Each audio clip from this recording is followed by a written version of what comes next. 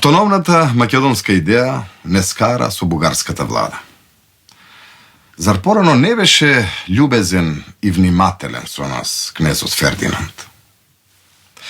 Не фалеа зашто се надеваа дека ние со своји раце ќе ги вадиме од огнот македонските костени и ќе им ги дадеме ним како подарок на бугарската влада.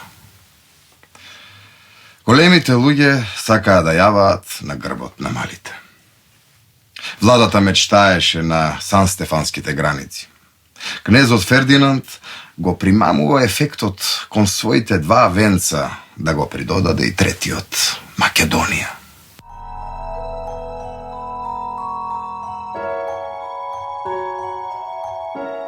Од крајот на 19-тиот и почетокот на 20-тиот век, македонците кои биле принудени да емигрираат во Бугарија или да се школуваат, почнале не само да се вклучуваат во бугарскиот општествен живот, туку и да заземаат високи позиции, особено во воениот, политичкиот, културниот и научно-образовниот живот. Во сите овие сфери, македонците родени во Македонија заземале истакнати позиции, како генерали или високи воени лица на бугарската армија, политичари, лидери на политички партии, дипломати, министри, економисти и стопанственици, па и државници, а особено како професори и научници од сите области, здобивајќи се и со највисоки академски титули и председатели на Бугарската академија на науките. Македонците во Бугарија по Првата светска војна има мощна и важна улога во целокупниот економски и општествено-политички живот.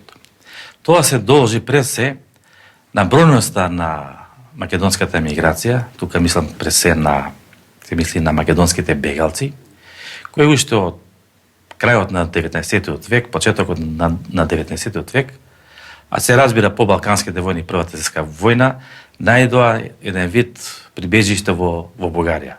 Бидејќи единствено Бугарија, за разлика од другите балкански држави, им дозволи на македонците, на македонските бегалци, на македонските организации, па и револуционерни организации, слободно да действуваат во рамките на Бугарија.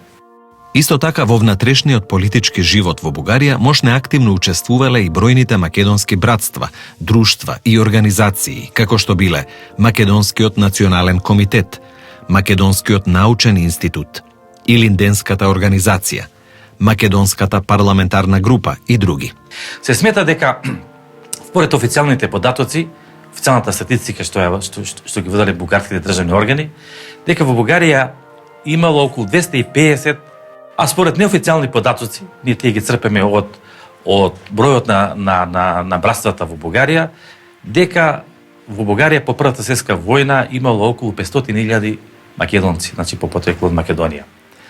Оваа бројка, како што реков, на македонските братства и друштва посебно се зголемила по Првата светска војна, така да во 1927 година имаме еден податок дека од 125 друштва тие се зголемиле на 152 друштва. Во периодот од 1926 до 1934 година, покрај овие македонски организации, особена улога во бугарскиот политички живот пројавиле и Андреј Љапчев како председател на бугарската влада и доктор Владимир Руменов како председател на парламентарната комисија за сместување на македонските бегалци во Бугарија.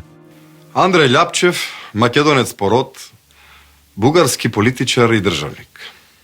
Се школувал во Ресен, Битола, Солун и Пловдив. Студирал економски науки на повеќе универзитети во Европа, како во Виена, Берлин, Цирих, Париз и Лондон. Во 1891 година во Софија бил во средината на македонските интелектуалци револуционери, подоцнежните основачи на Македонската револуционерна организација, Петар Попарсов, Дамјан Груев и други. Од летото 1894 знаел за постоењето на револуционерната организација во Македонија. Според непотврдено сведоштво на Христо Попкоцев во неговите спомени, Иако не бил член, Љапчев бил присутен на собранието на представниците на организацијата во Ресен во август 1894 година, на кое биле донесени важните одлуки за натамошното дејствување. Пред крајот на годината бил еден од основачите на македонското емигрантско друштво Братски сојуз во Софија. На првиот конгрес на македонските емигрантски друштва во Бугарија во март 1895 година бил избран за подпредседател на Македонскиот комитет и за секретар на бирото на комитетот. Од тогаш повеќе години бил во раководството на Македоно-Одринската организација во Бугарија. Со Димитар Ризов го издавале и весникот Млада Бугарија. Симеон Радев бил негов политички ментор. Бил истакнат член на Бугарската демократска партија. Од 1903 година подпредседател на партијата. Од 1908 година пратеник во Бугарското собрание и министер. Во почетокот е во на средина или група на македонски интелектуалци кои се ангажирани за да се организира, да действуваат и да се започне да се отвори прашањето за организирањето, за действување, за ослободување на Македонија. Тоа е во раната фаза од неговото действување. На почетокот на Првата Балканска војна ја осудил политиката на владата за прифаќањето поделба на Македонија. Во војната учествувал како доброволец во штабот на Македонско-Одринското ополченство. Во 1916 година, во својство на специјален пратеник на владата и на владетелот Фердинанд, бил во мисија во Виена и во Берлин, во врска со актуелизираното прашање за заклучување мир меѓу војувачките сојузи и бугарските интереси. Од јуни 1918 кога станал извесен воениот пораз на Бугарија, од позицијата министер се застапувал за сепаратно примирие за зачувување на границите на Бугарија од пред војната. Во Солун ја предводел бугарската делегација со генерал Луканов и со Димитар Ризов на преговорите со главната команда на источната армија на силите на Антантата на Македонскиот фронт и на 29 септември ја подпишал, како првоподпишан, Конвенцијата за примирие. Во новата, краткотрајна, до пролетта 1919 бугарска влада на Тодор Тодоров бил воен министер, прв цивилен воен министер на Бугарија и учествувал во креирањето на стратегијата за настапување за одбрана на бугарските интереси во Македонија на мировната конференција во Париз во 1919 година. Андреј Љапчев за премиер на Бугарија бил избран во јануари 1926 година по падот на владата на Александар Цанков. Љапчев по потекло од Ресен, поранешен деец на организацијата, еден од основачите на Врховниот македонски комитет, мощно добро ги познавал проблемите и спецификите на македонското прашање. За бројот на македонците кои што заземле високи политички, дипломатски и други културни образовни функции во политичкиот живот во Бугарија, има еден податок кој што и бугарските и македонските историчари го користат, каде што се вели, насловот на тој документ е што и даде Македонија на бугарската општонародна култура. И во овој документ се вели дека, значи по Првата светска војна, во Бугарија македонци имало министри и дипломати 20 души, архиереи, односно високи црковни свештеници 11, пратеници во Народното собрание 50, професори на универзитетот 12, понатаму учители во гимназиите и во прогимназиите 570, писатели, новинари, уметници 100, лекари, инженери 97 и офицери 758. Ова бројка, офицерскиот кадар бил најголем од Македонија. Тоа се должи пресе на уште од 19 век голем број на бегалци од Македонија оделе во Бугарија, престе да завршат тамо воено училиште, воени школи, за понатаму да се вклучат во македонското народно-ослободително движење и се разбира нивниот живот, нивната дејност да ја продолжат во редовите на четите на Македонската револуционарна организација. Андреј Љапчев е роден во Ресен во 1866 година. Бил не само бугарски политичар, државник и журналист, туку и деец на македонското револуционерно движење. Завршил финансиски и стопански науки во Цирих, Берлин и во Париз. По завршувањето на студиите се вклучил во македонското ослободително движење како член на младата македонска книжовна дружина и соработник на нејзиниот орган, весникот Лоза, а потоа станал член на Врховниот македоно-одрински комитет и редактор на весникот Реформи. Како истакнат член на Демократската партија, од 1908 до 1919 година бил министер во неколку бугарски влади. По соборувањето на владата на Александар Стамболиски на 9 јуни 1923 година бил еден од основачите и лидерите на демократскиот сговор.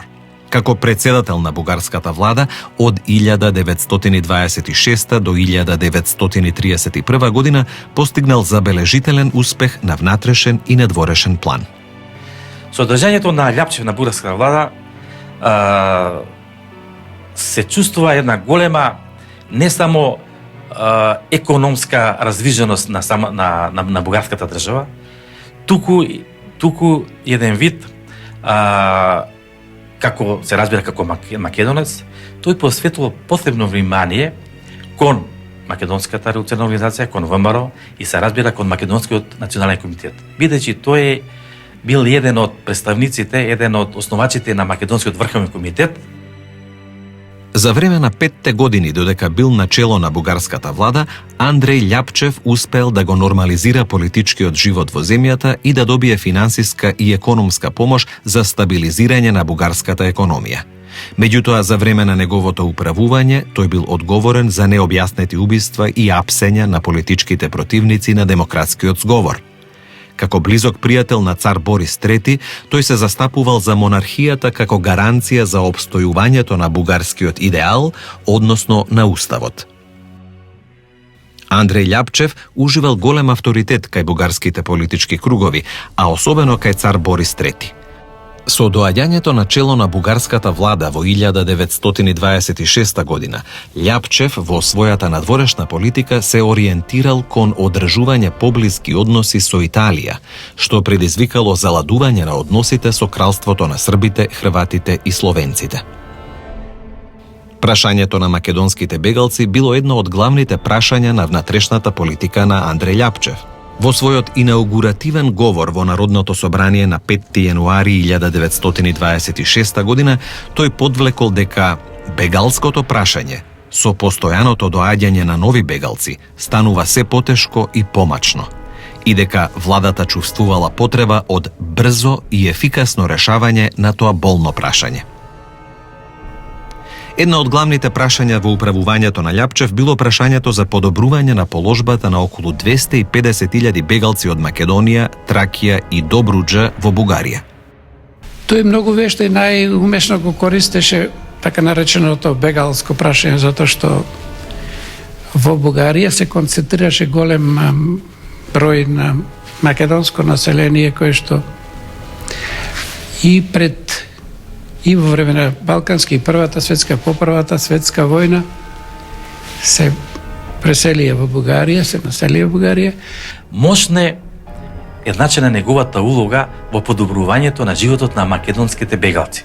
Всушност, тој е првиот кој што се заложил за кај големите сили, пресена кај Англија и Франција, за добивање на еден голем кредит, наречен бегалски заем, во висина од 4.500.000 долари, средства кои што беа наменети за подобрување на животот на македонските бегалци во Бугарија, пресе за добивање на земја, за купување на живеалишта, за купување на разни земјоделски алати и така натаму. И на тој начин сега тоа го искористи прво за се добија меѓународни заеми и дури заради тоа и Друштвото на народи гарантираше за Бугарија да може да добие кредити, меѓутоа кои што кредити најмалку беа употребени за подобрување на положбата на македонското емигрантско население, за кое што беа добивани надворешните заеми, туку за финансиско стабилизирање, за јакнување на бугарската држава, и на тој начин тоа има навистина значајна улога за стабилизирање, за консолидирање економско, па дори и политичко во Бугарија во тој временски период. За подобрување на состојбата на македонското население во Вардарска Македонија, тој апелирал кај српските управници да му дадат целосни права и слободи на населението, а во исто време ветувал дека и Бугарија ќе даде целосна поддршка на владата за успешна борба против сите рушители на бугарско-југословенското пријателство. Во 1926 година, владата на Љапчев успеала да добие надворешен заем за бегалците во износ од 2,4 милиони фунти стерлинзи и 4,5 милиони долари во рок за враќање од 40 години. Благодарејќи на бегалскиот заем, 220.000 бегалци добиле земја и успешно се интегрирале во бугарското општество, потпишувајќи декларација дека се бугарски државјани и дека немаат претензии да се вратат во родните места. Владењето на Андреј Љапчев за време на неговиот мандат од 1926 до 1931 година во голема мерка ги карактеризира и односите со внатрешната македонска револуционерна организација, а што најмногу се рефлектирало на односите со кралството на србите, хрватите и словенците. Љапчев како еден од основачите на Македонскиот врховен комитет многу добро го познавал македонското прашање, ги познавал проблемите во самата организација и се разбира кога дошол на чело на бугарската влада, тој со едно понагласена грижа гледал кон самата организација во смисла дека ги толерирал нејзините вооружени акции во Вардарскиот дел на Македонија. Понатаму се однесувал миролюбиво, односно не преземал ништо кон апелите, кон упатувањата на соседните држави, през се на кралството на србите, хрватите и словенците, за запирање на комитските акции. Во исто време се разбира оној, така да речеме, толерантен однос кон она што се случуваше во македонското ослободително, неговото организирање и неговото дејствување во целиот овој временски период. И покрај надворешните политичко-дипломатски притисоци и отворените интервенции на Англија за спречување на оружените акции на ВМРО во Вардарскиот дел на Македонија, Љапчев имал мощне внимателен однос кон ВМРО, толерирајќи ги нејзините политички и вооружени дејствија, не успевајќи притоа да ги стопира амбициите на Иван Михајлов како водач на ВМРО, со што станал и негов соучесник. Во водењето на државната политика, Љапчев бил познат по девизата «Полека и со добро». Со истата девиза тој се раководел и во односите со ВМРО.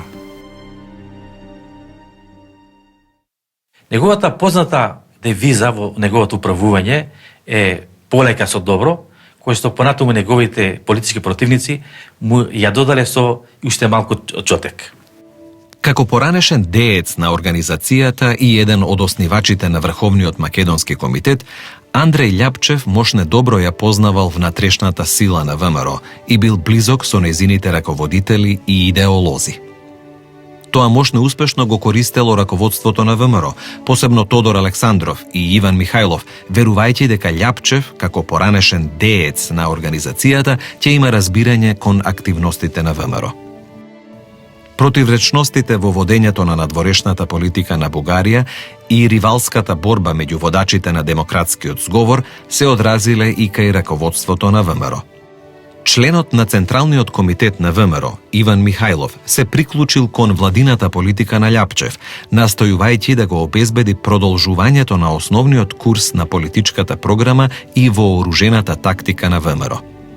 Од друга страна, Лјапчев и покрај наклоноста кон Михајловистичката ВМРО, заради надворешните политичко-дипломатски притисоци за спречување на оружените акции на ВМРО во Вардарскиот дел на Македонија, имал мощне внимателен однос кон оваа струја на ВМРО, толерирајќи ги нејзините оружени дејствија и не преземајќи мерки за спречување на зачестените акции. Блиската ориентација кон раководството на ВМРО била демонстрирана и при изборот на Лјапчев за нов председател на бугарската влада, кога групата народни пратеници, по потекло од Македонија и блиски на ВМРО, во Народното собрание на 6 јануари 1926 година го поддржале неговиот избор и не ја изгласале доверба на владата на Александар Цанков, бидејќи, според нив, владата на Цанков воопшто немала македонска политика и не водела грижа за судбината на поделената и повторно поробена Македонија. Пред парламентарните избори во 1927 година, кога раководството на ВМРО пројавило иницијатива за формирање на македонска парламентарна група, Лјапчев се обидел да го убеди лидерот на ВМРО, Иван Михајлов, да се откаже од таквата иницијатива, бидејќи постоела опасност соседните држави да реагираат дека во Бугарија се создава македонско малцинство, заштитувано од парламентарна група.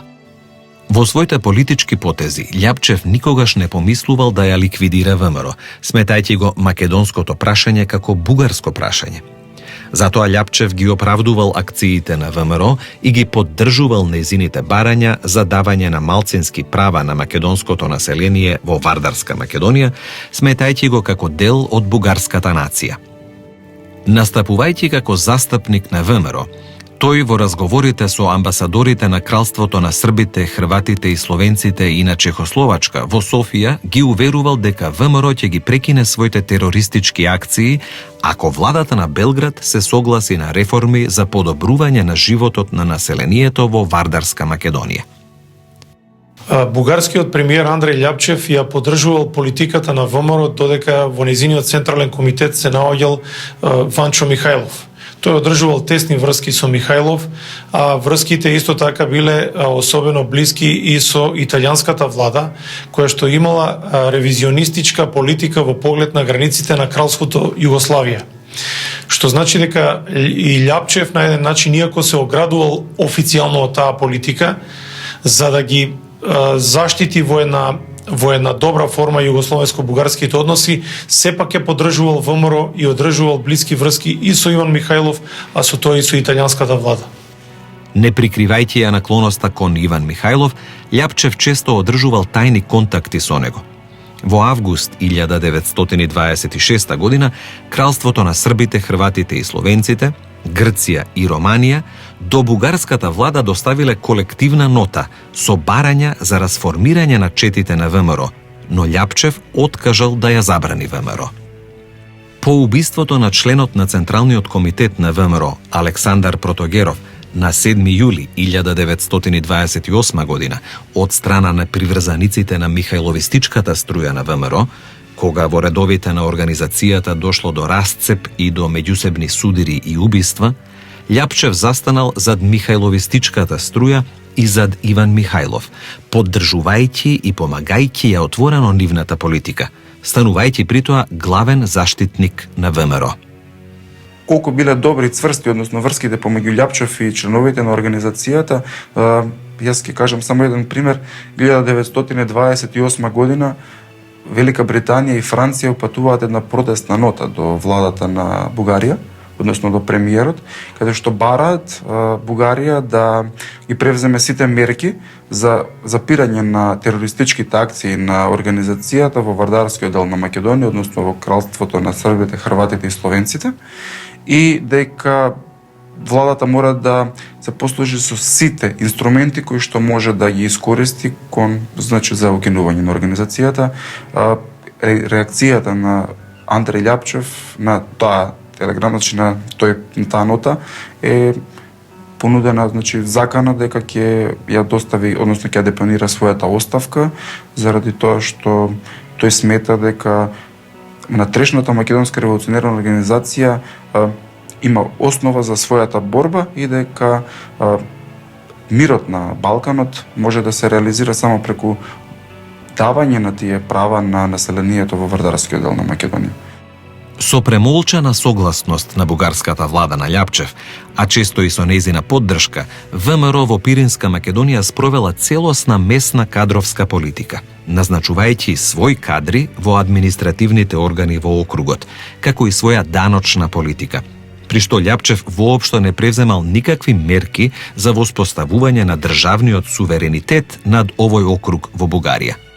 Неговите се заслуги главно во најраниот период, во првата фаза, кога активно се вклучува и кога учествува, така да речеме, во формулирањето на ние програми за барањето автономија на Македонија, меѓутоа автономија која подразбираше како етапа кон понатам решање на македонско прашање, присоединување кон Бугарија или обединување кон Бугарија. Андреј Љапчев е веројатно најзначајната личност која што потекнува од Македонија и е учесник во политичкиот живот во Бугарија, пред се заради неговиот интересен животен век и заради влијанието кое што го имал во политичкиот живот на Бугарија и заради функциите кои што ги извршувал, меѓутоа и заради односите со бугарскиот цар Борис III, меѓутоа и со меѓународните дипломати. Тој беше и остана бугарски политичар и државник, а помалку она што може да се говори за некаква позначајно улога и влијание во развитокот на македонското ослободително движење и за успехот на ослободителното дело.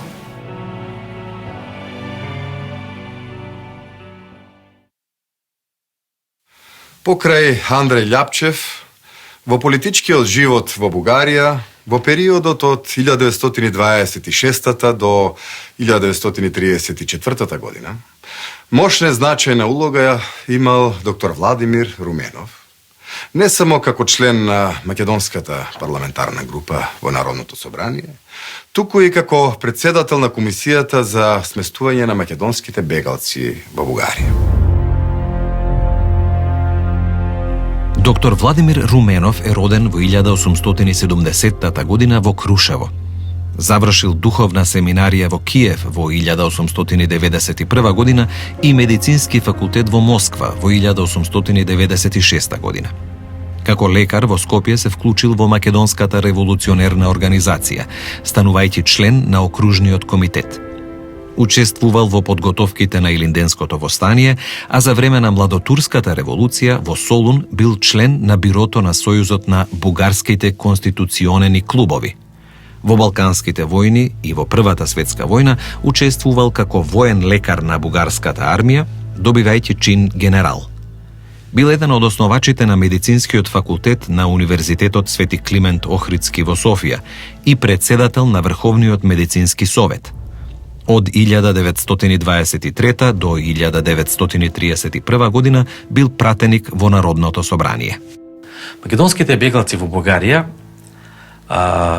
општествено-политички се ангажира пред се во друштвата, во братствата, во организациите, од кои што најпознати се Сојузот на македонските добротворни братства од 1923 година наречен Македонски национален комитет, понатаму во Илинденската организација, понатаму во Македонскиот научен институт и се разбира во рамките на Македонската парламентарна група. Во април 1925 година со одлука на владата на Бугарија, доктор Владимир Руменов, како пратеник на Македонската парламентарна група, бил задолжен да ги прифати и да ги води предметите за сместување на бегалците. За сместувањето и за снабдувањето на најбедните бегалски семејства во селата и градовите, тој веднаш од бугарската влада побарал 250 милиони лева. За работата на заедничката Грчко-бугарска комисија за доброволно иселување на населението од Грција и од Бугарија, доктор Владимир Руменов во април 1926 изработил посебна информација, во која мощне критички се осврнал на работата на комисијата, истакнувајќи дека досегашната политика на бугарската влада по прашањето не ги даде очекуваните резултати, дека со закон треба да се формира специјална служба за бегалското прашање и да се предвидат уште 200 милиони лева за заем за бегалците. За подобрување на состојбата околу сместувањето и доделувањето земја на македонските бегалци во Петричкиот округ, доктор Владимир Руменов изработил повеќе материјали и информации кои ги доставувал до бугарската влада и до Народното собрание, а во кој предлагал конкретни мерки за надминување на состојбите упатени не само до државните институции, туку и до Македонскиот национален комитет и до раководството на ВМРО, да ја засилат културно-стопанската дејност во Петричкиот крај. Вклучувајќи се во политичките активности на бугарската влада во односите со кралството на СХС, Сојузот на македонските бегалски друштва на својот конгрес одржан од 31 јануари до 2 февруари 1926 година донел резолуција во која изјавил дека зближувањето на Бугарија со кралството на србите, хрватите и словенците не е возможно додека Белград не го прекине србизирањето на Вардарска Македонија, додека не го признае бугарското потекло на тамошното население и не ги гарантира нивните национални права и слободи. На 8-миот конгрес, одржан од 24 до 27 ноември 1929 година, Сојузот на македонските бегалски друштва побарал од Друштвото на народите во Женева да формира специјален орган, кој што на лице место ќе го следи исполнувањето на договорот за малцинствата. Српските власти да отворат бугарски училишта и цркви кои што постоеле во Вардарска Македонија и пред 1913 година и да ги гарантира личната сигурност, граѓанските и политичките права на македонските бегалци при нивното евентуално враќање во родниот крај. Особена улога во политичките и дипломатските активности на бугарската влада играл Македонскиот научен институт. Од своето основање во 1923 година, а особено во периодот од 1924 до 1934 година, раководството на Македонскиот научен институт развил мощнебогата научна и издавачка пропагандна дејност, главно за заштита на македонските бугари од истребување и асимилација во Вардарска Македонија. Во овој период, членовите на Македонскиот научен институт учествувале на 19 научни конференции и симпозиуми во европските центри, каде изнеле повеќе од 130 реферати и беседи пред странската научна, политичка и културна јавност, во кои ја заштитувале бугарската национална кауза во однос на Македонија и справедливиот карактер на борбата на ВМРО. Најактивни членови кои што ги посетувале европските центри и учествувале на конференциите со своји реферати биле професорите Иван Георгов, Љубомир Милетич и Александар Балабанов, потоа Михаил Арнаудов, доктор Петар Кушев, Георги Баждаров, Кирил Прличев и Тома Карајовов, сите родени во Македонија. Исто така, во периодот од 1923 до 1941 година, членовите на Македонскиот научен институт во Бугарија организирале повеќе од 100 средби со бројни политичари, дипломати, научници, писатели и журналисти од странство, како што биле професорите Вајгант, Куба, Годар, Кондаков, Селишчев, Милјуков, Нидерле и други. На средбите, на странските гости им било овозможувано да ги изложат своите погледи и беседи по македонски теми. Македонската парламентарна група во Народното собрание на Бугарија официјално била формирана во јуни 1927 година на иницијатива на раководството на ВМРО. Главна улога при изборот на кандидатите за пратеници на Македонската парламентарна група имал Иван Михајлов. На негов предлог за пратеници биле избрани истакнатите активисти на Македонскиот национален комитет: Ангел Узунов, Георги Кулишев, Иван Ингилизов, Петар Цуцуманов, Димитар Жостов, Димитар Поппандов, доктор Иван Каранджулов, доктор Владимир Руменов, Добри Манасиев, Јордан Мирчев и доктор Константин Станишев. Македонската парламентарна група во Бугарското собрание била прилично влијателна и била составена од пратеници кои што претежно биле избирани во Пиринскиот дел на Македонија. На 17. јуни 1927 година избраните пратеници се прогласиле за одделна парламентарна група. За председател бил избран доктор Иван Каранџулов, а за секретар Ангел Узунов. Пратениците на Македонската парламентарна група во Народното собрание доследно ја спроведувале политиката на раководството на ВМРО, кој било вистински политички раководител на групата. Официализирајќи го дејствувањето на Македонската парламентарна група во Народното собрание, членот на групата Георги Кулишев, запознавајќи ги пратениците со дејствувањето на новата парламентарна група и образложувајќи ја потребата за нејзино создавање, истакнал дека таа е создадена како одделна парламентарна група во Народното собрание, како носител на една голема народна болка, на една тажна, жестока судбина и дека нивното присуство во парламентот е еден жив доказ дека македонското прашање продолжува да биде и денес широка отворена рана. Основната задача на оваа македонска национална група, според нејзиниот член Васил Василев, била не само да ги представува интересите на населението во Петричкиот округ, туку и да биде морален представник на цела поробена Македонија. Ова е на некој начин прва македонска парламентарна група формирана, значи по првата светска војна, во една држава на Балканот, бидејќи единствено значи Бугарија дозволија во своето собрание да имат ваква група, парламентарна група, која што на некој начин ќе ги застапува не само интересите на македонските бегалци во Пиринска Македонија, туку и ќе се грижи, односно ќе се залага за решавање на правата на малцинствата во кралството на србите, хрвати и словенците, односно во Вардарска Македонија, односно за добивање на своји малцински права, како и добивање на сите оние слободи и права кои што ги има другите народи на Балканот, во другите држави, како што беа во кралството србите, хрвати и словенците, во Грција, во Романија. Се разбира пред се за добивање права да учат на својот мајчин јазик, понатаму да имат своја црква и се разбира своји книги.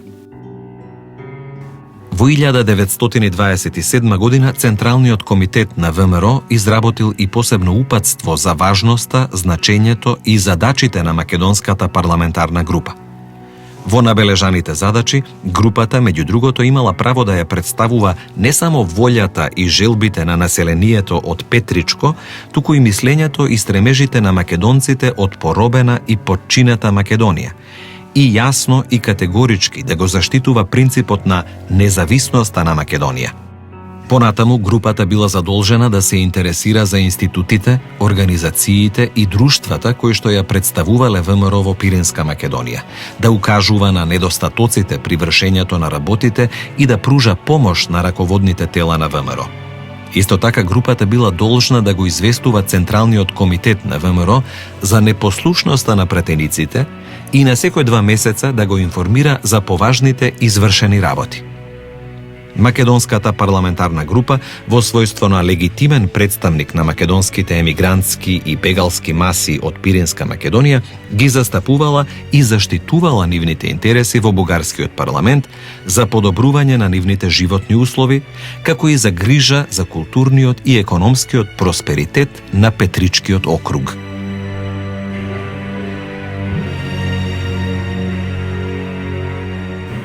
Членовите на Македонската парламентарна група во своите дискусии во Народното собрание нагласено место посветувале на прашањата поврзани со решавањето на македонското прашање, меѓусебните односи на Бугарија и кралството на СХС, односно кралството Југославија, во однос на Македонија и на македонското население. Потоа односите на Бугарија со Грција, за прашањата на заштитата на македонското малцинство и спроведувањето на договорите за размена на населенијата, проблемите и подобрувањето на животот на македонските бегалци во Бугарија, за положбата на македонското население во кралството на СХС, односно кралството Југославија и во Грција, за убиствата во редовите на ВМРО, за политиката на Друштвото на народите во Женева во однос на решавањето на проблемите на малцинствата, односно на македонското малцинство во кралството Југославија и слично. Во дискусиите по македонските теми во Народното собрание особено биле активни членовите на македонската парламентарна група Иван Каранджулов, Георги Колишев, доктор Константин Станишев, Петар Мрмев и други. Македонското прашање било едно од главните надворешно политички прашања што го окупирало вниманието на членовите на македонската парламентарна група. Во своите дискусии тие подвлекувале дека не само македонското население што живее во Вардарска и во Егејска Македонија, туку и македонските емигранти во Бугарија што избегале и дошле во Бугарија и станале бугарски државјани, имаат право да бараат негово разрешување по пат на обединување на расцепените делови на Македонија во една целина. Македонците да се вратат во своите места, да им се предадат училиштата, црквите, читалиштата кои ги имаа пред војната и на легален начин да ги развиваат своите теории за автономна или независна Македонија. Македонците не сакаат ништо повеќе од тоа да бидат слободни на своите огништа, да имаат едно подносливо човечко и национално суштествување во својата земја. Населението во Македонија се обидува со сите средства национално да опстои, со сите политички и културни средства кои што ги има на располагање. Слободна Македонија ќе послужи како основа за Балканската федерација, затоа што нас не интересира Балканска федерација без слободна Македонија, припоробена Македонија. Искажувајќи го ставот дека македонското прашање не може да биде пречка за добрососедските односи на Бугарија со Кралството на Југославија и со Грција, тие подвлекувале дека треба да се создаде атмосфера за помирување меѓу Бугарија и Кралството Југославија. Помирувањето да биде меѓу народите, а не само меѓу владите на Бугарија и Кралството Југославија. Дека македонците, а особено македонците кои живеат во Бугарија, сакале помирувањето да биде колку е можно поскоро и покрај тоа што тие се протерани од своите огништа, со физичко насилство во Грчка Македонија и со морално угнетување во Српска Македонија. Дека се сака само искрено отворање на вратите на Македонија за македонците и признавање на нивните права. Да се даде културна автономија на Македонија, за да може населението таму да зборува на својот роден јазик, да си ги учи децата на својот јазик, да се служи во црквата со својот јазик. Поробеното македонско население под српска и под грчка власт сака да живее во мир. Вистинското зближување на Бугарија со Кралството Југославија ќе донесе вистински мир на Балканскиот полуостров, и ако од Македонија се создаде една независна држава, ќе се отстранат еднаш за секогаш сите кавги и расправии кои што постојат меѓу балканските соперници. На тој начин ќе се култивира и големата идеја за Балканска федерација.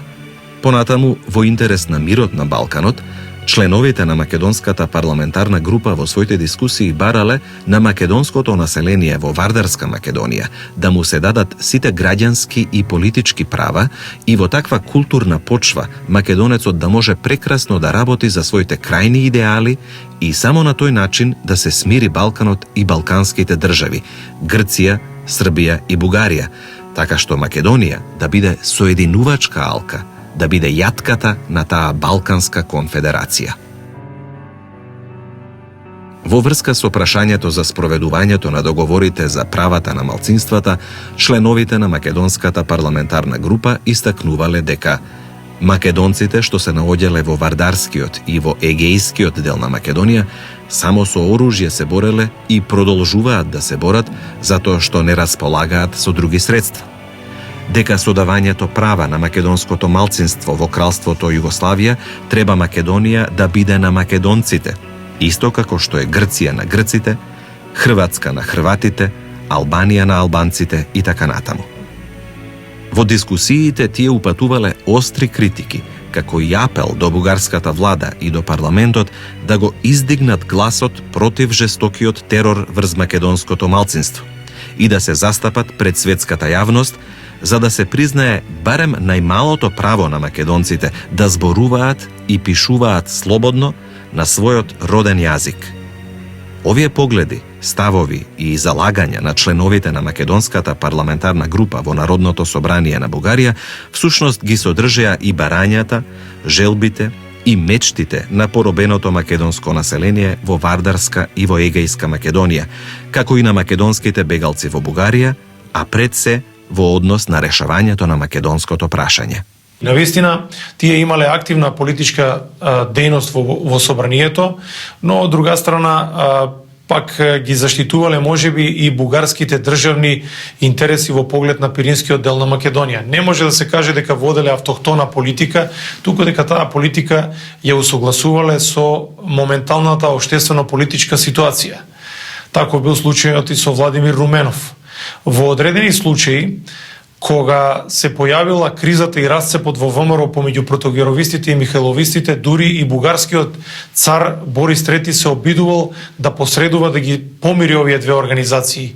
Еден формален чин на таков обид за помирување било кога пратениците од истата група, а во различни организации, им ги доближил рацете и им рекол доста е веќе, нека запрат убиствата. Се однесувало на доктор Владимир Руменов и на Ѓорги Кулишев. Тоа е еден символичен чин, но доволно сведочи дека и самиот бугарски цар бил вклучен во работите поврзани со македонското прашање. Покрај вооружените политички и пропагандни средства на ВМРО, бугарската влада ја искористувала и незината петиционерска активност до Друштвото на народите во Женева, поточно барањето за признавање на бугарското национално малцинство во Вардарска и во Егејска Македонија во меморандумите и петициите на организацијата. Меѓутоа, по правило, сите петиции на ВМРО и на Македонскиот национален комитет биле редовно одбивани, не само заради терористичкиот карактер на организацијата и инволвираноста на бугарскиот државен фактор во акциите на ВМРО, туку и заради фактот што Друштвото на народите не ја третирало ВМРО како легитимен представник на македонското население во Вардарска и Егејска Македонија. Токму од овие причини, бугарската влада на Љапчев и раководството на ВМРО се ангажирале за придобивање на одделни личности од средината на македонскиот народ во Вардарска Македонија и нивните петиции до Друштвото на народите да ги припишуваат како реакција на незадоволството на самото население во овој дел на Македонија. Меѓутоа, сите овие петиции со интервенција на југословенските дипломатски представници биле одбиени од Советот на Друштвото на народите. И најпосле, мнозина ќе забележат дека најголемата наша несреќа се крие во тоа што ние, за жал, немаме македонски патриотизам. Да имавме, ние кај да сме, ќе мислевме и ќе работиме само за Македонија. А сега, едни од нас гледаат на себе како на бугари и ги соединуваат нашите интереси со бугарските. И наместо да ја изучуваат Македонија во секаков однос, наместо да ја изучуваат историјата на Македонија во сите времиња, ја изучуваат бугарските интереси и бугарската историја.